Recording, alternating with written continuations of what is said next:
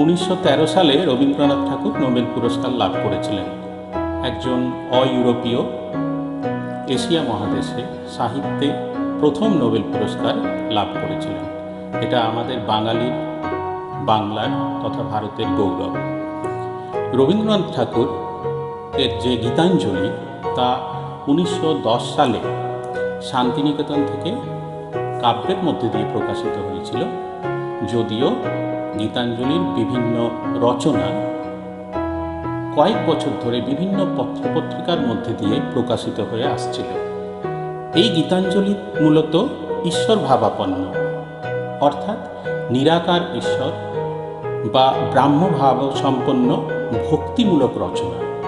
এই গীতাঞ্জলিতে মোট 157খানা গীতিকবিতা রয়েছে।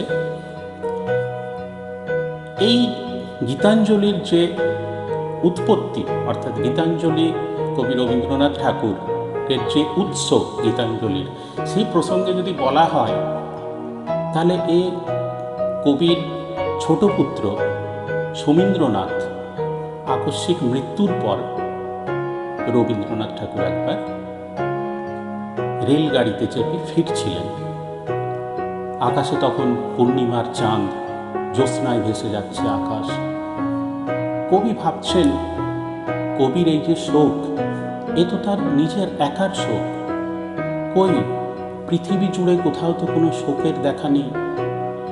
এক্ষেত্রে কবির হৃদয় থেকে, শোকগ্রস্ত কবি, কিন্তু হৃদয় থেকে ওনার যে বেরিয়ে এসেছিল এক অদ্ভুত রকমের চেতনা, সেই চেতনা পরে ভক্তিতে পর্যবসিত হয়েছিল।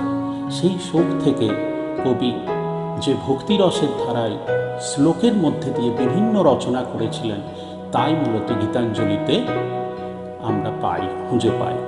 গীতাঞ্জলির অনেক রচনা আছে, তার মধ্যে ওনার যে গান, ওনার যে প্রার্থনার মতো যে সমস্ত সঙ্গীত, অন্তরমম বিকশিত করো অন্তরতর হে, আমরা শুনব কিছুক্ষণ পরে তার এক হিন্দি ভাষাতে রূপান্তর।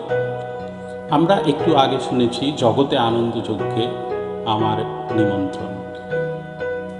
এই যে গানটি, এই গানের মধ্যে দিয়ে কবি বলতে চেয়েছেন যে আমরা মানুষরা মূলত আজকে এই যে পৃথিবীতে ঈশ্বরের তৈরি, স্রষ্টার এই যে সৃষ্টি, আমরা ঈশ্বরের সৃষ্টি, আমাদের মহিমান্বিত হওয়া উচিত।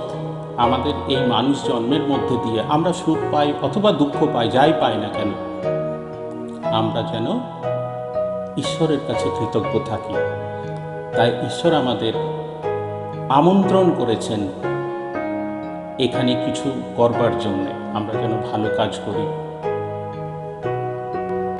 বাংলা যেন বা বাঙালি পাঠক নয়, ভারতের বিভিন্ন ভাষীরাও যেন ওনার এই গান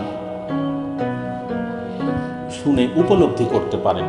তা আমরা এখন শুনব এই গানের একটি হিন্দি ভাষান্তর, অন্তরমম বিকশিত।